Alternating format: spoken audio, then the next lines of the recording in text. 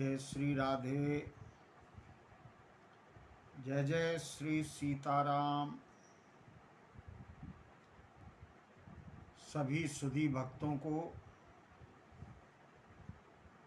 मेरी ओर से अभिवादन प्रणाम निवेदित है। कल के पावन प्रसंग में व्रज भूमि की महिमा के संदर्भ में आप सभी सुधी जनों से चर्चा हुई। मैंने निवेदन प्रस्तुत किया कि व्रज का क्या महत्व है, व्रज की महिमा क्या है।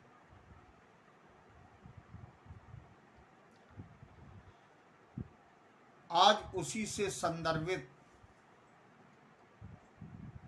एक निवेदन करना है कि यदि ब्रज में वास हो जाए तो भी वहां रहकर हमें श्रीमद् भागवत महापुराण की पावन कथा पढ़नी चाहिए, भागवत जी का पाठ करना चाहिए और कथा श्रवण करनी चाहिए। इस कलयुग में परमात्मा की प्राप्ति का इससे सरल, इससे सहज और सुलभ कोई भी उपाय नहीं हो सकता।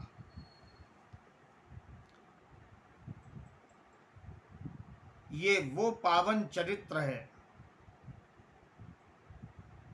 जिसके सुनने के लिए ब्रह्मा, विष्णु, लक्ष्मी जी, बृहस्पति जी, नारद जी, स्वयं उद्धव जी लालायित रहे और आज भी बड़े बड़े महापुरुष श्रीमद् भागवत महापुराण के पावन श्लोकों का नित्य पाठ करते हैं।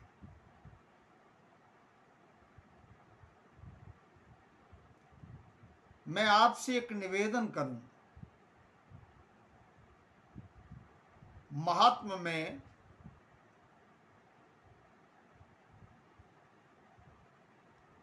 जब तीसरे अभ्यास में आप पहुंचेंगे विश्राम के बाद, तो एक बड़ा प्यारा श्लोक है, श्रीमद् भागवतम शास्त्रम यत्र भागवतैर्यदा क्रीत्यते श्रूयते चापि श्री कृष्ण तत्र निश्चितम। श्रीमद् भागवत महापुराण की पावन कथा इस पवित्र शास्त्र का जहां वाचन होता है और श्रवण होता है, कोई कथा कहता है अथवा सुनता है,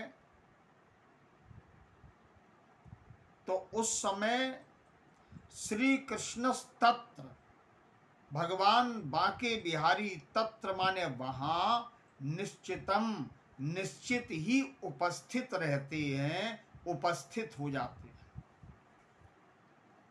भागवत जी का श्लोक जहां बोला जाता है वहां भगवान साक्षात उपस्थित हो जाते हैं, विराजमान हो जाते हैं। जैसे राम कथा जहां कहीं होती है वहां हनुमान जी को बुलाना नहीं पड़ता, वे राम कथा के रसिक श्रोता हैं और अपने आप वहां आकर के विराजमान हो जाते हैं। रामचरित सुनबे को रसिया, वो रसिक श्रोता है। यत्र यत्र रघुनाथ कीर्तना, हम आप सब जानते हैं। तो जैसे राम कथा में हनुमान जी उपस्थित हो जाते हैं, ठीक वैसे ही जहां श्रीमद् भागवत महापुराण की पावन कथा होती है, चाहे कोई करता हो अथवा सुनता हो, माने कथा कहता हो अथवा श्रवण करता हो, निश्चितम वहां निश्चित भगवान उपस्थित रहते हैं। आगे के श्लोक में वर्णन किया गया, श्रीमद् भागवतम यत्र श्लोकम श्लोकार्धमेव च तत्रापि भगवान कृष्णो बल्लवीभि विराजते। मैं अर्थ कर रहा हूं, श्रीमद् भागवत महापुराण का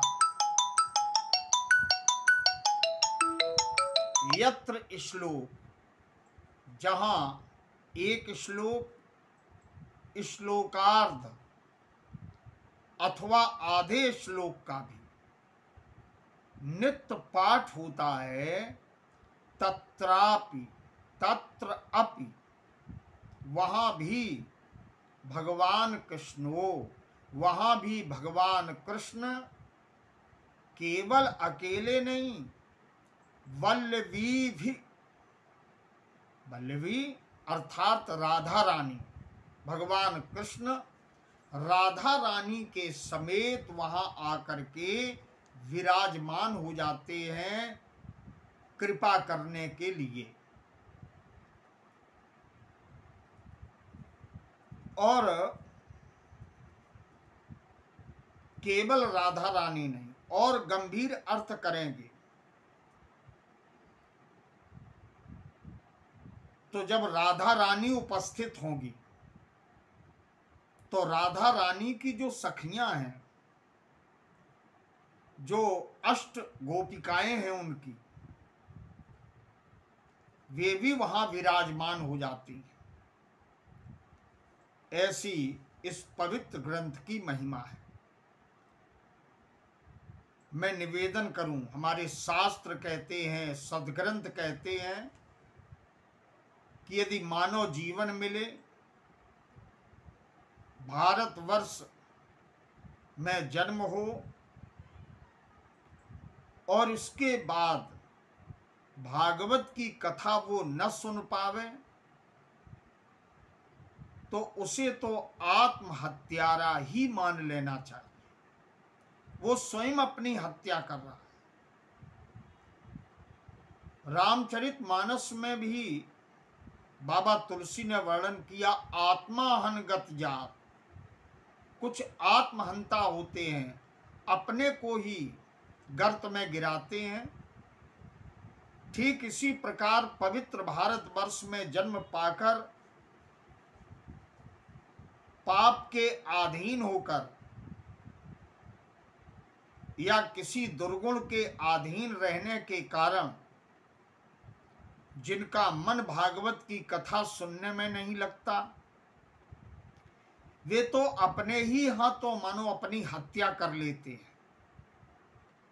इस बात को प्रमाणित करने के लिए श्रीमद् भागवत महापुराण का मैं आपको एक श्लोक सुना रहा। भारते मानवम जन्म प्राप्त भागवतम न यई।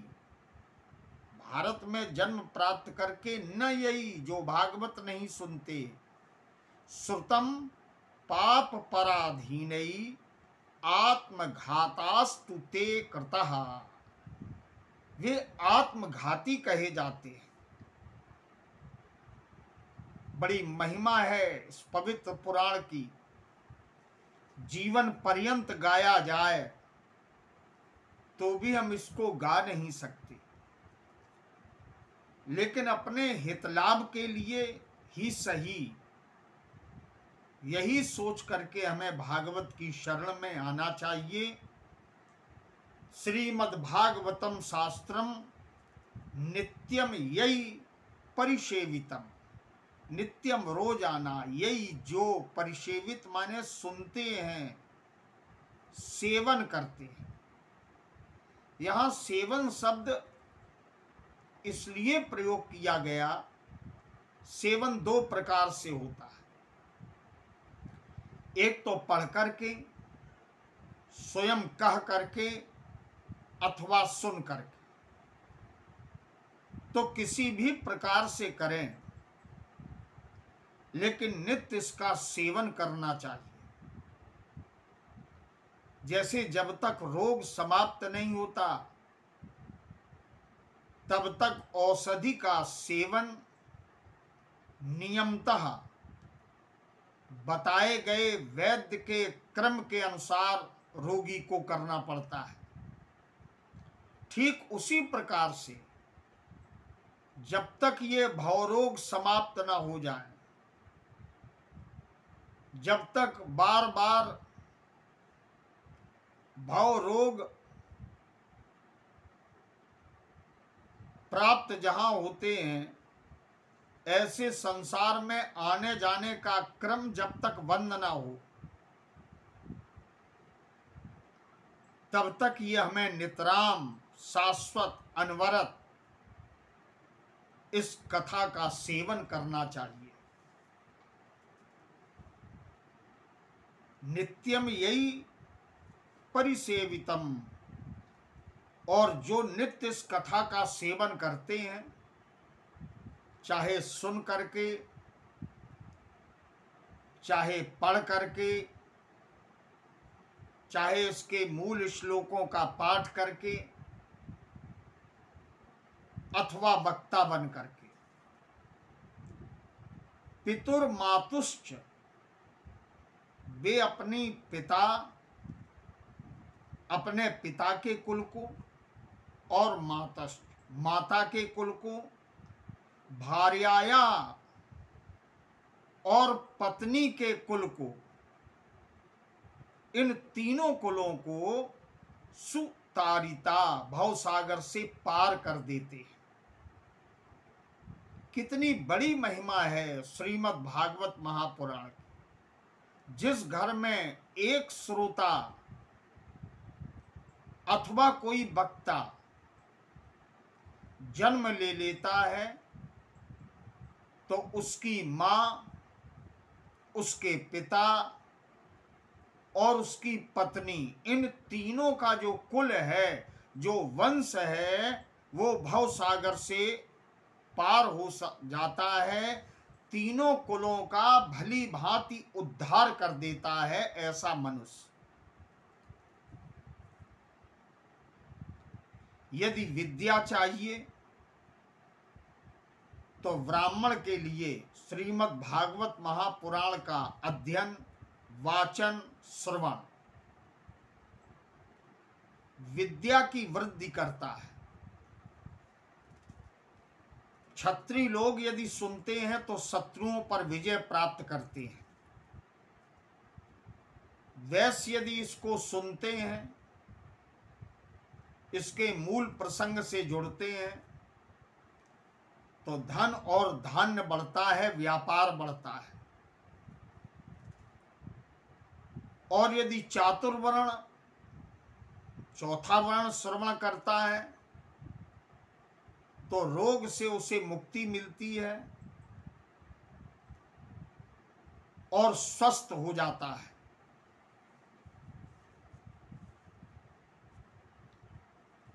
अनेक जन्मों की साधना एक और श्रीमद् भागवत महापुराण का श्रवण एवं पाठन एक ओर है।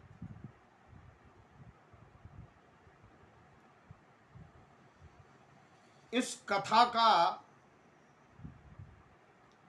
अनुपम रहस्य और रस स्वयं लेने के लिए सुखदेव जी महाराज भगवान कृष्णचंद्र की रूप में, अथवा इस वाक्य को यूं कह दे, कन्हैया ही सुख के रूप में आकर के इस कथा का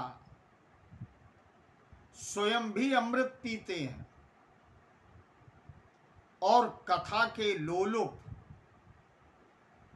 भरतवंशी राजा परीक्षित जी को भी ये अमृत पिलाते हैं। कई जन्मों के पुण्य और साधना जब एकत्र होती है, तब हमें श्रीमद् भागवत महापुराण की पावन कथा सुनने का, कहने का, पढ़ने का अवसर प्राप्त होता है। ऐसी ये दिव्य कथा है।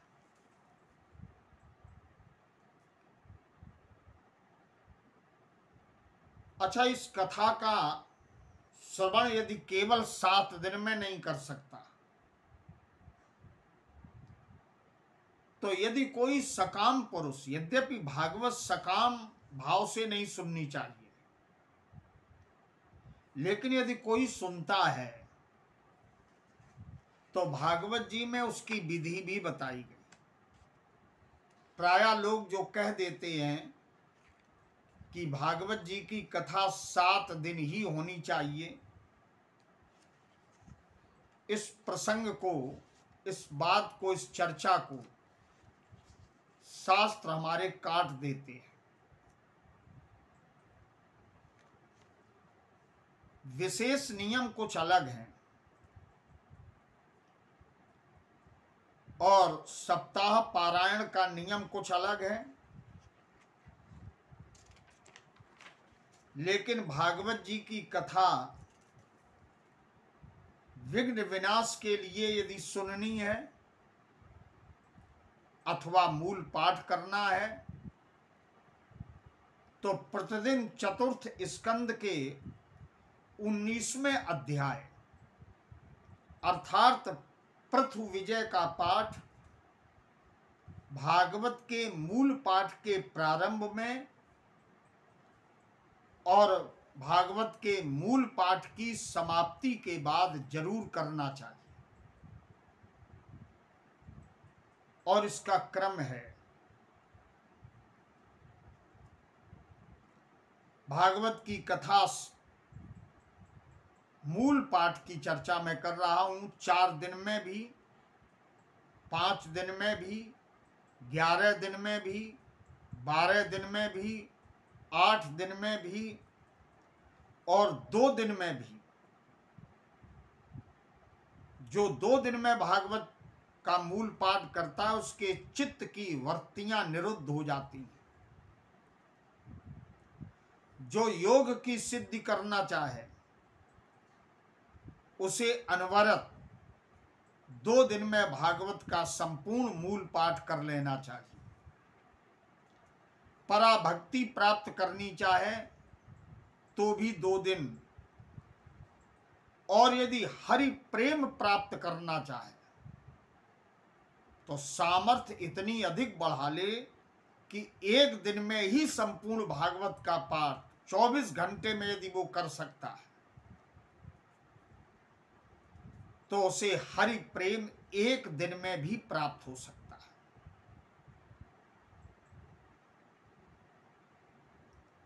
यदि निष्कंटक राज्य किसी को की कामना हो, राज्य चाहता हो, तो उसे 10 दिन में श्रीमद् भागवत महापुराण का पारायण करना चाहिए और प्रतिदिन पाठ के आरंभ में विशेष रूप से ध्रुव स्तुति प्रारंभ में और मूल पाठ समाप्त होने के बाद प्रतिदिन भगवान की स्तुति जो ध्रुव महाराज ने की है वो करनी चाहिए और 10 दिन तक इसका अनुष्ठान करना चाहिए। वैदिक नियमों के अनुसार जब श्रीमद् भागवत महापुराण की पावन कथा का अमृत हम सब पीते हैं तो कथा निश्चित ही लाभ देती है। ये दिव्य ग्रंथ है, साक्षात भगवान का इसमें वास है और भगवान ही इसके वाचक भी हैं। सुखदेव भगवान कृष्ण का ही स्वरूप है। ऐसा भाव रखते हुए जो कथा सुनते हैं एवं कथा कहते हैं, निश्चित ही उनके मनोरथ पूर्ण होते हैं। अकाल मृत्यु से जिसे बचना हो उसको 8 दिन का विधान कथा में रखना चाहिए। उसके विश्राम के स्थल अलग अलग हैं। कन्या संतान की प्राप्ति करनी हो तो नवान पारायण करना चाहिए। 9 दिन का उसे अनुष्ठान करना चाहिए भागवत जी का। निश्चित ही उसकी मनोकामना पूर्ण होगी। धन प्राप्ति करने के लिए केवल 6 दिन का अनुष्ठान मूल पाठ कराना चाहिए।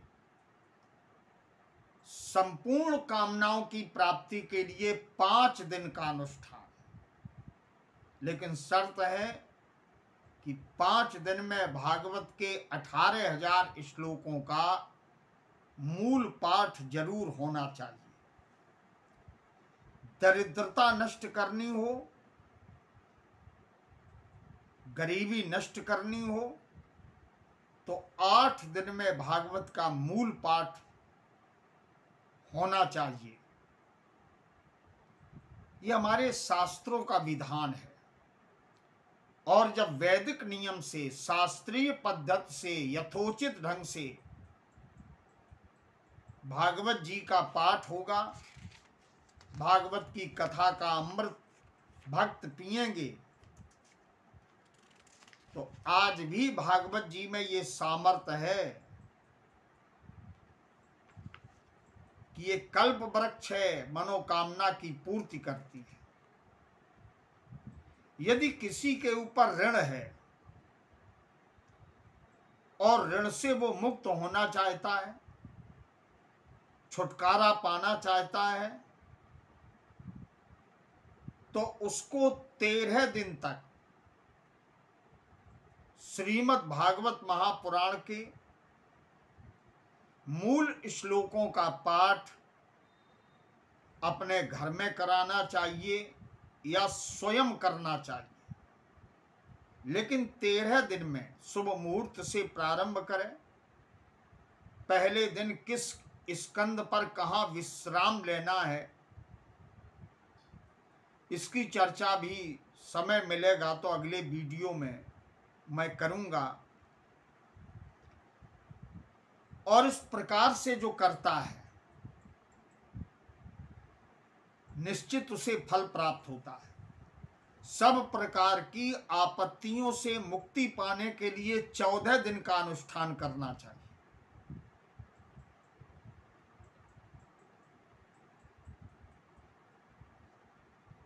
मैं एक निवेदन और करूं, बाधाएं बहुत हों, बाधाएं समाप्त न होती हों, तो बाधाओं की शांति के लिए 16 दिन का पाठ होना चाहिए। 7 दिन का जो पाठ कराते हैं और उद्देश्य उनका दूसरा होता है और मूल पाठ 7 दिन होता है, तो उनके उद्देश्य की उनकी मनोकामना पूर्ण नहीं होती। जीवन में आनंद बढ़े, शोक समाप्त हो जाए, आनंद के वर्धन के लिए हमें 17 दिन भागवत जी का मूल पाठ कराना चाहिए और स्वयं श्रवण करना चाहिए। बड़ी महिमा है भागवत जी की। भगवान की प्राप्ति का ही उद्देश्य हो और कोई मनोकामना ना हो तो 18 दिन अनवरत लगातार भागवत जी के मूल श्लोकों का पाठ श्रवण करना चाहिए अथवा करना चाहिए। अपने इष्ट की सिद्धि के लिए, अपने इष्ट जो हमारे इष्ट हैं, जिनका हम भजन करते हैं, उनकी सिद्धि के लिए हमें 20 दिन का अनुष्ठान करना चाहिए और विजय प्राप्त करने के लिए, विजय हमारा वर्ण करे, इस उद्देश्य को पूर्ण करने के लिए 19 दिन का अनुष्ठान करना चाहिए। मैंने आपको जो दिन बताए, इनमें एक बात का ध्यान रखा जाए कि पहले दिन हमें विश्राम कहाँ लेना है, दूसरे दिन कहाँ लेना है, तीसरे दिन कहाँ लेना है। तो वैदिक नियम के अनुसार जो भागवत जी के श्लोकों का मूल पाठ करते हैं या मूल पाठ कराते हैं या श्रवण करते हैं या जहाँ होता है, वो तीर्थ से भी अधिक पुण्यवान क्षेत्र बन जाता है।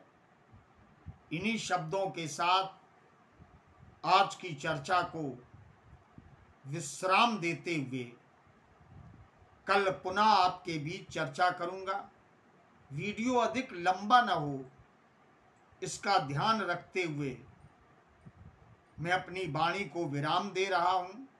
आप सभी सुधी भक्तों को बड़ी आस्था से, बड़ी श्रद्धा से आपकी आत्मा में विराजमान परमात्मा को मेरा बारंबार प्रणाम। जिन्होंने चैनल को सब्सक्राइब नहीं किया वो सब्सक्राइब करें, शेयर करें, बेल आइकन को दबावें, ताकि आपको नित्य कोई न कोई प्रसंग जो हम प्रस्तुत करते हैं आप तक पहुंचता रहे। इन्हीं शब्दों के साथ सभी भक्तों को जय श्री राधे राधे, जय श्री सीताराम।